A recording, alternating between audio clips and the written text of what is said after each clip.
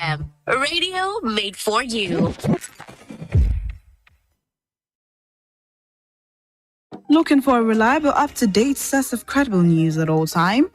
Your shining Supreme station is the answer. Stay tuned for the news on the hour by 1 p.m. every day on Diamond 88.7 FM Ilorin. Shining Supreme. Diamond 88.7 FM is here to make sense out of your world through our balanced news coverage from the nooks and crannies of Nigeria and beyond. Journey with us through the news we tracked for you at this moment on your shining Supreme station.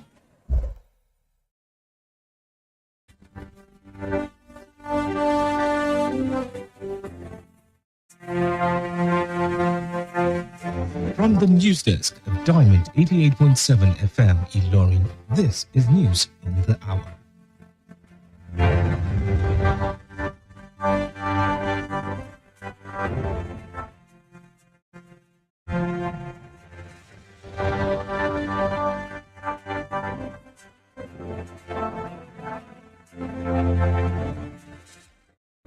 In the headlines, National Grid collapses for second time in January 2026.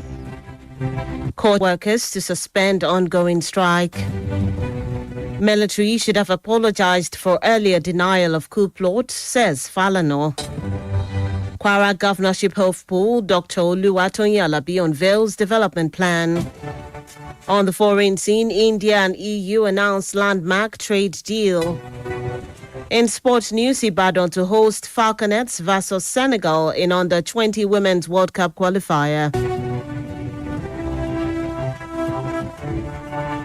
Good afternoon and thank you for staying with us, and I'm at 88.7 FM. Lauren, this is the news on the hour. I am Bisola Oduwole Suleiman. We'll bring you details of the news after this break. Please stay with us.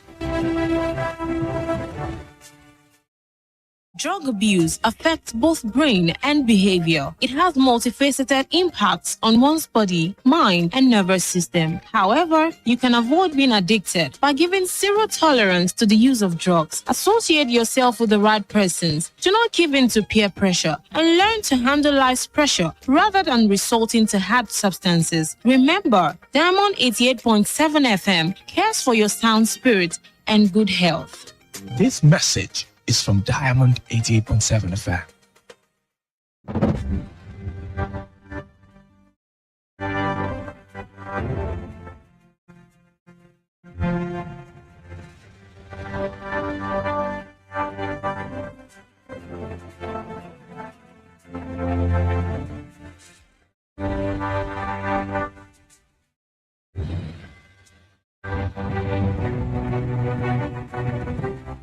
Welcome back from that break. Please note that you can listen to us via our website, www.diamondfm.net, or watch us live on Facebook at Diamond 87 FM and YouTube Diamond FM Ilorin.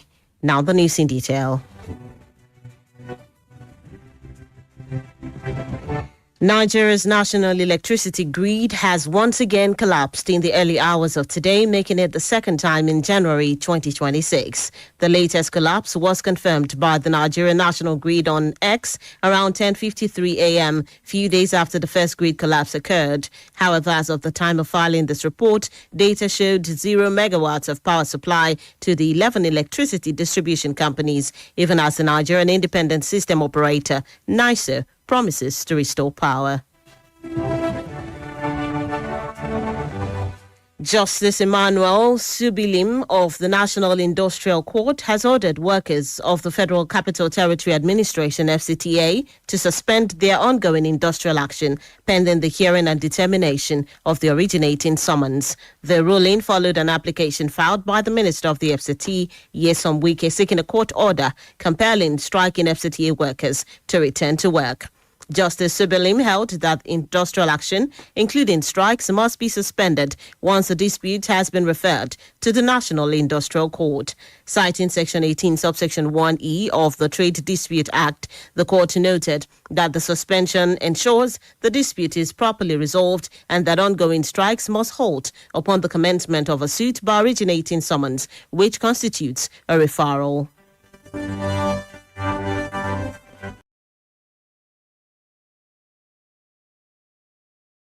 criticized the Nigerian military following its announcement that some officers would be arraigned before a military judicial panel over an alleged plot to overthrow the government. Speaking on national television today, Femi Falana said the military ought to have apologized to Nigerians for its earlier denial, saying the development suggested that the authorities deliberately misled the public. According to Falana, the detained officer could not be tried by court-martial since it involves an alleged coup plot. He, however, added that the officers can only be charged with treason or treasonable felony offences which are triable only before a federal or a state high court.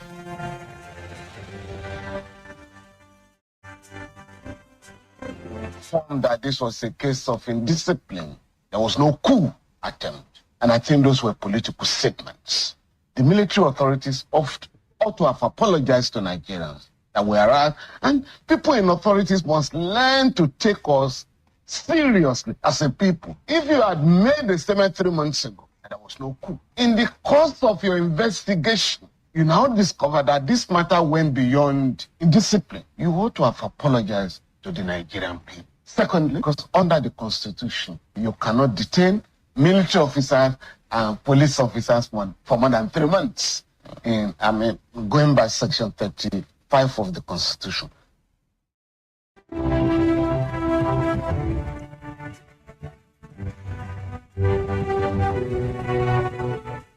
The Commissioner of Information for Anambra State, Law Mefo, has said that the state remains safe for business and assured that there is no fear factor associated with the sit-at-home order. Mefo made the statement today during an interview with newsmen, saying the state is safe for business with adequate security. His comment follows the governor's shutting down of the popular Onitsha main market for 1 week because traders failed to open their shops on Monday. Speaking further on the governor's action, the commissioner said the governor and the government of Anambra have every right to ensure that there is an even running of the state and beyond.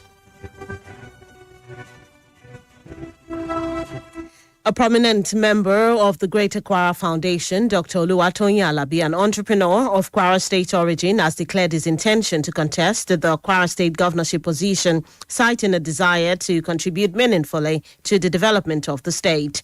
Dr. Alabi made this known during a courtesy visit to the management of Diamond FM Ilorin, where he formally unveiled his 7-point development agenda for Kwara State, anchored on the promotion of best global leadership and governance practices.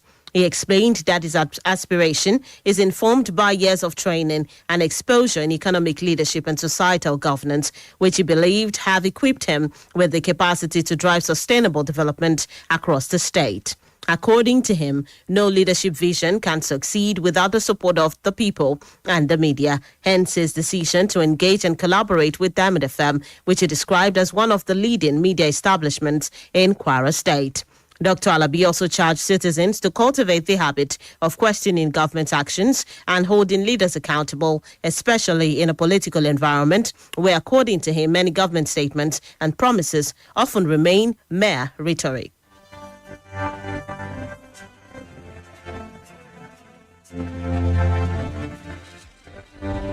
Still in Kwara State, the Kwara State High Court on Monday handed down the death penalty to 3 persons convicted of armed robbery, kidnapping and rape. Justice Funsho Lawal sentenced Patrick Afedia Adams, Tijani Usman and Ahmed Mohammed after finding them guilty on a 4-count charge which included conspiracy, armed robbery, kidnapping and sexual assault. According to the judge, the trio attacked a couple on June 15, 2025 at Kongile village in the Kulende area, tying them up and forcibly abducting the wife to a secluded location, sexually assaulting her while also demanding a ransom of 5 million naira. Justice Lawal, while delivering judgment, described the crime as inhumane and traumatizing, stressing that the severity of their actions warranted the maximum penalty under the law.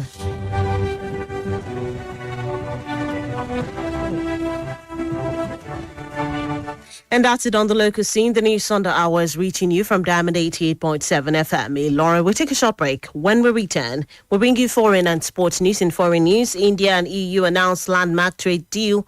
We'll bring you that story when we come back from the break. Just stay with us.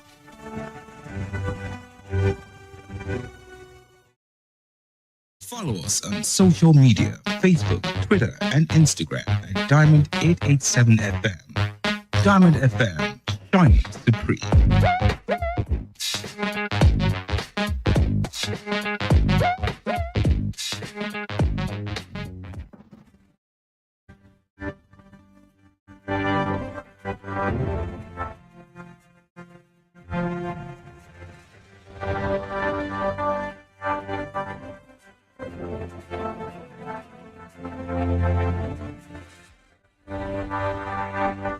Welcome back from that break. You're still tuned in and listening to the news on the hour, reaching you from Diamond 88.7 FM in Loring. Before that break, we brought you local stories. Now we move on to the foreign scene. In foreign news, the European Union and India have announced a landmark trade deal after nearly 2 decades of inconsistent talks as both sides aim to deepen ties amid tensions with the US. The deal allows free trade of goods between the bloc of the 27 European states and the world's most populous country, which together make up the nearly 25% of the global gross domestic product and a market of 2 billion people. According to the European Commission President Ursula von der Leyen at a media briefing in Delhi, India, the agreement was the greatest so far in years. Indian Prime Minister Narendra Modi described the deal as a historic one, which is expected to significantly reduce tariffs and expand market access for both sides. Still in foreign news, around 500 firefighters have been deployed to Argentina's southern province of Chubut to battle renewed flare-ups of wildfires that have burned over 30,000 hectares of forest since December. Another 170 firefighters are still working to contain flames in Puerto Patriada near the Chilean border, where fires that broke out in early January have scorched more than 22,000 hectares. Investigators confirmed the presence of flammable gases at the ignition point of the blaze, even as authorities also reported several additional fire hotspots elsewhere in the province of Chubut, near the town of Cholila, most of which are now under control. And that's it on the foreign scene. Moving on to the world of sports, the first leg of the 2026 FIFA Under-20 Women's World Cup third-round qualifying tie between Nigeria's Falconets and Senegal will hold at the Lekan Salami Stadium at Damasinga, Ibadan. The encounter is slated for Saturday, February 7, while the return leg is scheduled for Saturday, 14th February. Moses Aduku's side will arrive today to continue their preparation as the winner of the Nigeria-Senegal fixture will advance to the final round of the African qualifiers, where they will face the winner of the Guinea-Bissau versus Malawi tie for one of the continent's 4 tickets to the World Cup. Still in sports news, former FIFA president Sepp Blatter has suggested he supports fans boycotting World Cup matches in the United States this year due to security concerns.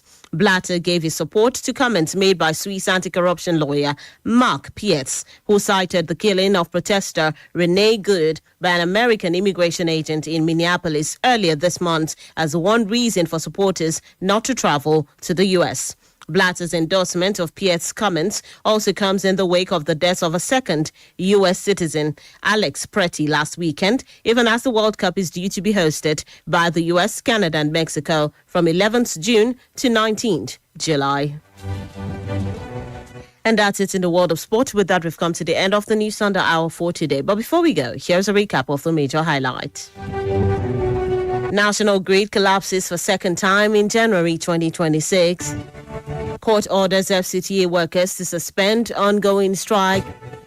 Military should have apologized for earlier denial of coup plot, says Falana.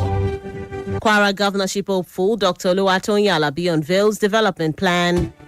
On the foreign scene, India, EU announced landmark trade deal. And in sports news, Ibadan to host Falconets versus Senegal in the Under-20 Women's World Cup qualifier. And those are the major headlines as brought to you this afternoon. Before we wrap up the news, we take a look at our Today in History segment.